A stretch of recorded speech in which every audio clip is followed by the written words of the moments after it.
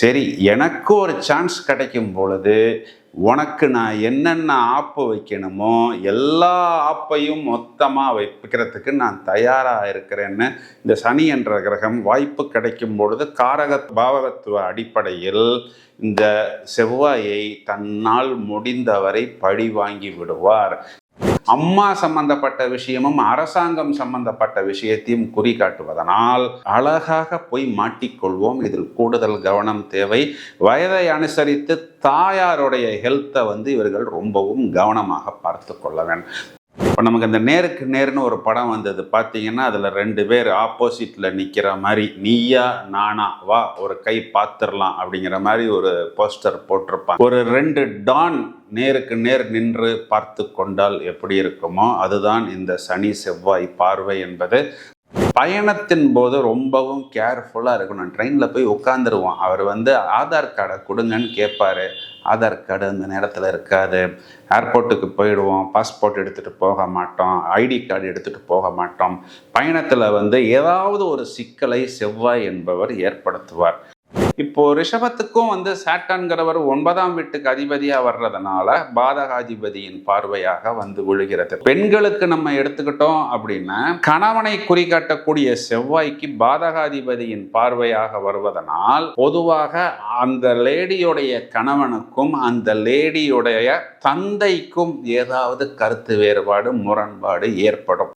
இப்போ செவ்வாயை பொறுத்த வரைக்கும் சனியை நீ எல்லாம் ஒரு ஆளா, உன்னையெல்லாம் கொண்டு எனக்கு சமமாக நிப்பாட்டிட்டாங்களேப்பா. பிரகாஷ்ராஜ் ஒரு படத்தில் சொல்லுவார், டேய் நீ எல்லாம் என் லிஸ்ட்லேயே இல்லைடா, எப்படிடா நீ எல்லாம் உள்ளே என்கிட்ட மாட்டினன்னு சொல்லுவார். அதை போன்ற ஒரு அமைப்பு தான் இந்த செவ்வாய் என்ற கிரகத்திற்கு சனி மேல் உண்டு. குறிப்பாக ஹாஸ்டலில் இருக்கக்கூடிய குழந்தைகளாக இருந்தாலும் சரி, வெளி மாநிலங்களில் இருக்கக்கூடிய குழந்தைகளாக இருந்தாலும் சரி, நம்ம குழந்தைகள் நல்ல குழந்தைகளாக இருந்தாலும் தேவையில்லாத வெளியில் சொல்லிக்கொள்ள முடியாத சில நெகட்டிவ் பழக்க வழக்கங்களை ஃபெவிகால் போல் ஒட்ட வைத்து விடுவார்கள்.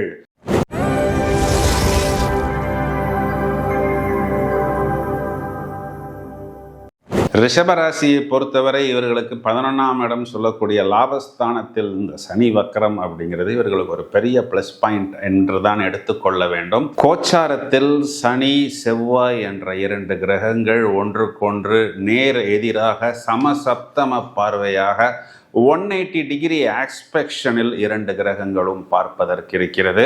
இப்போ நமக்கு அந்த நேருக்கு நேர்னு ஒரு படம் வந்தது பார்த்தீங்கன்னா, அதில் 2 பேர் ஆப்போசிட்டில் நிற்கிற மாதிரி, நீயா நானா வா ஒரு கை பார்த்துடலாம் அப்படிங்கிற மாதிரி ஒரு போஸ்டர் போட்டிருப்பாங்க. ஒரு 2 டான் நேருக்கு நேர் நின்று பார்த்து கொண்டால் எப்படி இருக்குமோ அதுதான் இந்த சனி செவ்வாய் பார்வை என்பது. முதல்ல நம்ம இந்த சனி செவ்வாய் பார்வைனா என்னன்னு நம்ம முதலில் தெரிந்து கொள்வோம். அதாவது காலபுருஷனுக்கு அஷ்டமாதிபதி செவ்வாய், பாதகாதிபதி சனி. அப்போது இந்த 2மே மெலிஃபிக் பிளானட்ஸ்ன்னு சொல்லக்கூடிய அசுப கிரகங்களின் வரிசையில் வருகிறது. ஆனால் இந்த சனியின் மகர வீட்டில் செவ்வாய் என்பவர் உச்சமடைகிறார். பிறகு இந்த சனியின் கும்ப வீடு என்பது செவ்வாய்க்கு சமம் என்ற ஒரு அந்தஸ்து வருகிறது. செவ்வாயின் மேஷ வீட்டில் தான் சனி என்பவர் நீசமடைகிறார். செவ்வாயுடைய இன்னொரு வீடு என்று சொல்லக்கூடிய அந்த விருச்சிகத்தில் சனி என்பவர் பகை அப்படிங்கிற ஒரு அந்தஸ்தில் வருகிறார். இப்போ இந்த செவ்வாயை நம்ம கமாண்டோ, தளபதி, போர் தலைவன், வெற்றி வாகை சூடுபவன், நெருப்பாக இருப்பவன் அப்படின்னெல்லாம் நம்ம சொல்லிடுறோம். சனியை சாஸ்திரங்களில் நீஜன் அப்படின்னு சொல்லப்படுகிறது. நீஜன் அப்படின்னா டெபிலிட்டேட்டட் பர்சன் அப்படின்னு அர்த்தம். அப்போ இந்த சனிங்கிற கிரகத்துக்கு என்னென்னா, செவ்வாய்ங்கிற நீனுமே என்ன மாதிரி ஒரு அசுப கிரகங்கள்ங்கிற ஒரு லிஸ்ட்டில் தான் விழுகிற. ஆனால் உன்னைய கமாண்டோங்கிறாங்க, உன்னைய தளபதிங்கிறாங்க, என்னைய போய் நீஜன்கிறாங்களே அப்படிங்கிற ஒரு பகை உணர்ச்சி எப்பொழுதுமே இந்த செவ்வாய் மேல் இருக்கும். சரி, எனக்கு ஒரு சான்ஸ் கிடைக்கும் பொழுது உனக்கு நான் என்னென்ன ஆப்பு வைக்கணுமோ எல்லா ஆப்பையும் மொத்தமாக வைக்கிறதுக்கு நான் தயாராக இருக்கிறேன்னு இந்த சனி என்ற கிரகம் வாய்ப்பு கிடைக்கும் பொழுது காரக பாவகத்துவ அடிப்படையில் இந்த செவ்வாயை தன்னால் முடிந்தவரை பழி வாங்கி விடுவார். இவங்க ரெண்டு பேருடைய இந்த பிரச்சனைங்கிறது ஒரு முடிவில்லா பிரச்சனை, ஒரு கன்க்ளூஷனே இல்லாத பிரச்சனை. இப்போ செவ்வாய்ங்கிறது நெருப்பு, சனிங்கிறது காற்று. நெருப்பு ஒரு இடத்துல எரிஞ்சுக்கிட்டு இருக்கும்போது காற்று என்ன பண்ணும்னா அந்த நெருப்பை அணைப்பதற்கு முயற்சி பண்ணும். ஆனால் என்ன நடக்கும் அப்படின்னா காற்று அடிக்க அடிக்க நெருப்பு என்பது அந்த இடத்தில் கொழுந்து விட்டு எரிந்து கொண்டே இருக்கும். இப்போ செவ்வாய்ங்கிறது காவல்துறை அதிகாரிகளை குறிகாட்டக்கூடிய கிரகம். இவங்க ரொம்ப கஷ்டப்பட்டு உயிரை பணையம் வச்சு ரொம்ப ரிஸ்க் எடுத்து ஒரு பிரச்சனையான நபர்களை கொண்டு கோர்ட்டில் நிப்பாட்டுவார்கள். சனி என்பது அங்கு வாதாடக்கூடிய வக்கீல்களை குறிகாட்டக்கூடிய கிரகம். அந்த வக்கீல்கள் அந்த ஒரு விஷயத்தை எப்படி வேணாலும் மாற்றக்கூடிய சக்தி, வாதாடக்கூடிய திறமையில் அவர்களுக்கு உண்டு. அப்போ என்னாகும், உள்ளுக்குள்ளறையே ஒரு கோல்டு வார், நீயா நானா அப்படிங்கிற மாதிரி இருந்து கொண்டே இருக்கும். செவ்வாய்ங்கிறவர் எதுவாக இருந்தாலும் ஓப்பன் டாக், உண்டு இல்லை, வெட்டு ஒன்று துண்டு ரெண்டு. சனி என்பவர் ரொம்பவும் பொறுமையாக நிதானமாக யோசித்து ஒரு மாதிரி ரிசர்வ்டாக, சில நேரங்களில் இன்ஃபீரியாரிட்டி காம்ப்ளெக்ஸாக கூட நடந்து கொள்ளக்கூடிய நபர். இப்போ செவ்வாயை பொறுத்த வரைக்கும் சனியை நீயெல்லாம் ஒரு ஆளா, உன்னையெல்லாம் கொண்டு எனக்கு சமமாக நிப்பாட்டிட்டாங்களேப்பா. பிரகாஷ்ராஜ் ஒரு படத்தில் சொல்லுவார், டேய் நீ எல்லாம் என் லிஸ்ட்லேயே இல்லைடா, எப்படிடா நீ எல்லாம் உள்ளே என்கிட்ட மாட்டினன்னு சொல்லுவார். அதை போன்ற ஒரு அமைப்பு தான் இந்த செவ்வாய் என்ற கிரகத்திற்கு சனி மேல் உண்டு. இப்போ கோச்சாரத்தில் 29/7, அதாவது ஜூலை மாதம் கடைசி முதல் 13/9 செப்டம்பர் 13ஆம் தேதி வரை இந்த ரெண்டு கிரகங்களும் நீயா நானா என்று பார்த்து கொள்ள இருக்கிறது. ஆனால் இந்த பலனை நம்ம ரொம்பவும் நுணுக்கமாக கவனிக்கணும். ஏன்னா இந்த நேரத்தில் கோச்சாரத்தில் சனி என்பவர் வக்கர நிலையில் இருக்கிறார். அப்போ சனிங்கிறவர் ரொம்ப ஸ்லோவாக விட்டு கொடுத்து ரிசர்வ்டெல்லாம் இருக்க மாட்டார். நீ ரஃப்பா, நானும் ரஃப்பு, நீ டஃப்பா, நானும் டஃப்பு, நான் உனக்கு ஈக்குவலாக மோதுவதற்கு தயாரான நிலையில் இருக்கிறேன் அப்படிங்கிற ஒரு அமைப்பில் தான் இருக்கிறார். இதைத்தான் வக்கர சனியின் உக்கிர பார்வை செவ்வாயின் மேல் விழுகிறது. இது ஆண்களுக்கும் பெண்களுக்கும் பலனை நாம் நுணுக்கமாக பிரித்து பார்க்கணும். ஏன்னா பெண்களுக்கு செவ்வாய்ங்கிறவர் கணவனை குறிகாட்டக்கூடியவர், ஆண்களுக்கு சகோதரர்கள், இடம், பூமி, சொத்துக்கு செவ்வாய் பொதுவான காரகத்துவ அதிபதியாக வருகிறது. 5ஆம் இடம் சொல்லக்கூடிய புத்திரஸ்தானத்தில் 7ஆம் அதிபதி செவ்வாய் அமர்கிறது. இப்போ 5ஆம் இடம்ங்கிறது புத்திஸ்தானம். இப்போ ரிஷபராசிக்காரர்கள் பொதுவாகவே ரொம்பவும் கூலாகவும் ரிலாக்ஸ்டாகவும் எந்த ஒரு விஷயத்தையும் நன்றாக அனுபவிக்கக்கூடிய நபர்களாகவும், ஒரு ஜாலியாக, ஒரு உல்லாசமாக, ஒரு லக்ஸரியாக, ஒரு நல்ல ஃபுட்டாக இருக்கட்டும், நல்ல ட்ராவலாக இருக்கட்டும், சுவாரஸ்யமாக, பொழுதுபோக்காக, ஜனரஞ்சமாக, ரொம்பவும் ஹாட்ஸ்பாட்டாக, வைரலாக, அப்படியே ஒரு மாதிரி ஒரு ஃப்ரீயாக இருக்கக்கூடிய நபர்களாகத்தான் பொதுவாகவே இருப்பார்கள். ஆனால் இந்த 5ஆம் இடம் சொல்லக்கூடிய புத்திஸ்தானத்தில் செவ்வாய் அமரும் பொழுது எதுக்கு கோபப்படுறோம், ஏன் கோபப்படுறோம், எங்கே கோபப்படுறோம், இவ்வளோ நேரம் நல்லா தானே ஜாலியாக காமெடி அடித்து பேசிக்கிட்டு இருந்தோம், ஏன் நம்ம டக்குன்னு பர்ஸ்ட் ஆனோம், ஏன் கோபப்பட்டோம், அதுவும் குறிப்பாக நம்மக்கிட்ட வேலை செய்யக்கூடிய நபர்கள் மேல் நாம் ஏன் கோபப்பட்டோம் அப்படின்னு தெரியாமலேயே கோபப்படக்கூடிய அமைப்பு என்பது ஏற்படும். இதனால் வார்த்தைகள் சில நேரத்தில் உக்கிரமாக வரும். தவளை தன்வாயால் கெடும் அப்படிங்கிற மாதிரி இவர்களாகவே வலிய போய் வார்த்தைகளை கொடுத்து மாட்டிக்கொள்வார்கள். இதில் நாம் கவனமாக இருக்க வேண்டும். 5ஆம் இடம் புத்திரஸ்தானம். பொதுவாகவே குழந்தைகள் சம்பந்தப்பட்ட விஷயத்தில் ரிஷபராசிக்காரர்கள் கொஞ்சம் அதிகமாக டென்ஷன் ஆகி கொள்வது, அதிகமாக பிரயத்தனப்பட வேண்டியது. ஏன்னா இவங்க புத்திரஸ்தானத்தில் நீசம் அடைகிறார்கள். இப்போ இந்த இடத்துல செவ்வாய் விழுகும் பொழுது, இங்கே செவ்வாய்ங்கிறவர் விரயஸ்தானத்துக்கு அதிபதியாக வர்றதுனால ஏதோ ஒன்று குழந்தைகளுக்கு நான் வித்தியாசமாக பண்ண போகிறேன்னு சொல்லி மொத்த மொத்தமாக ஒரு பெரிய கடனை வாங்கி அது வெளிநாட்டுக்கு அனுப்புறதா இருக்கலாம், இல்லை ஒரு தொழில் அமைத்து கொடுக்கறதா இருக்கலாம், இல்லைன்னா ஒரு கல்வி சம்பந்தப்பட்ட விஷயமா இருக்கலாம். வேகமாக முயற்சிப்பார்கள். இதில் ரொம்பவும் கவனமாக செயல்படணும். ஏன்னா இந்த பக்கத்திலிருந்து ஒரு உக்கிர பார்வையில் வக்கர சனி ரிஷபத்துக்கு 5ஆம் இடம் சொல்லக்கூடிய புத்திரஸ்தானத்தில் இருக்கக்கூடிய செவ்வாயை பார்க்கிறார். இந்த விஷயத்தில் ரொம்பவும் கவனம் என்பதை இவர்கள் எடுத்துக்கொள்ள வேண்டும்.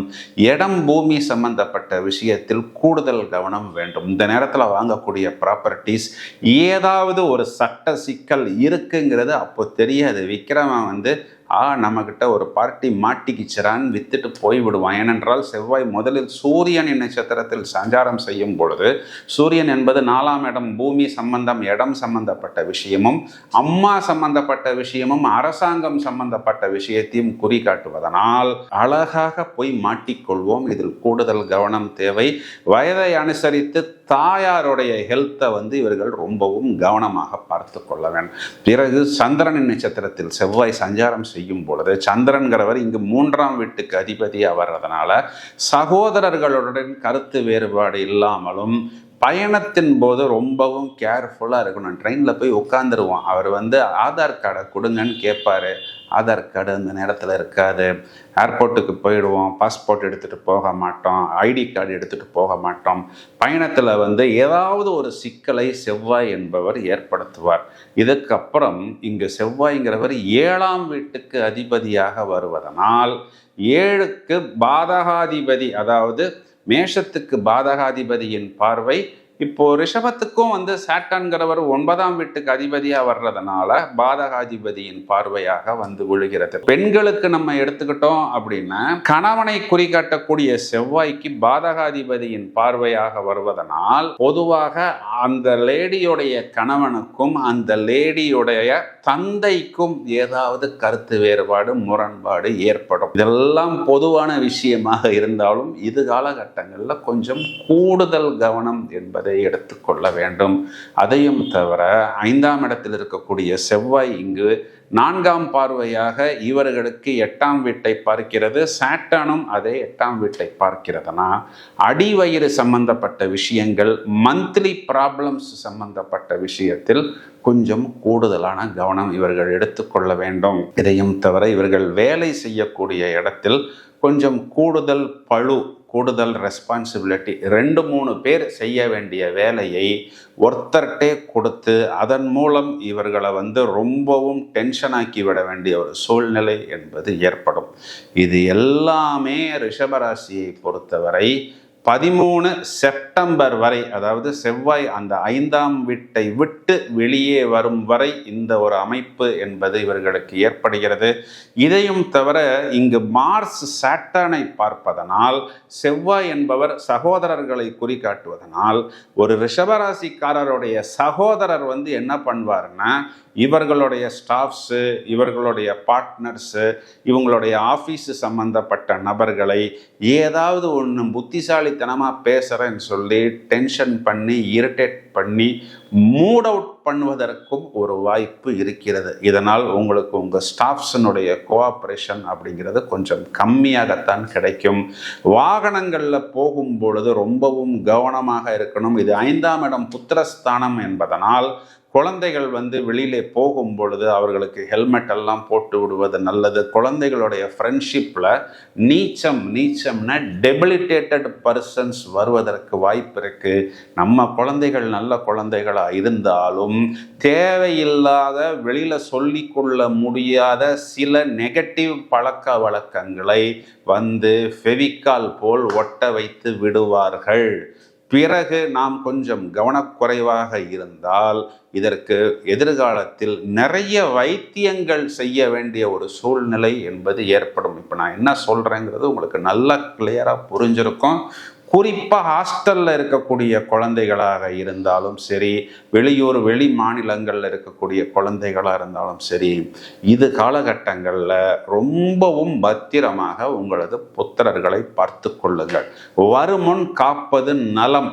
Prevention is better than cure, but precaution is more better than prevention.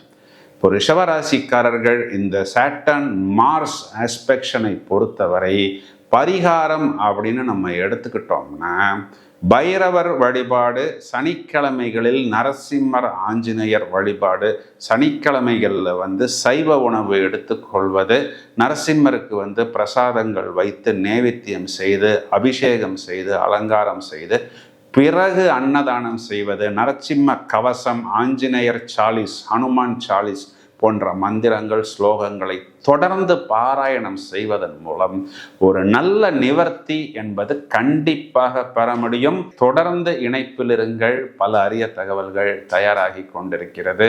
Thank you friends.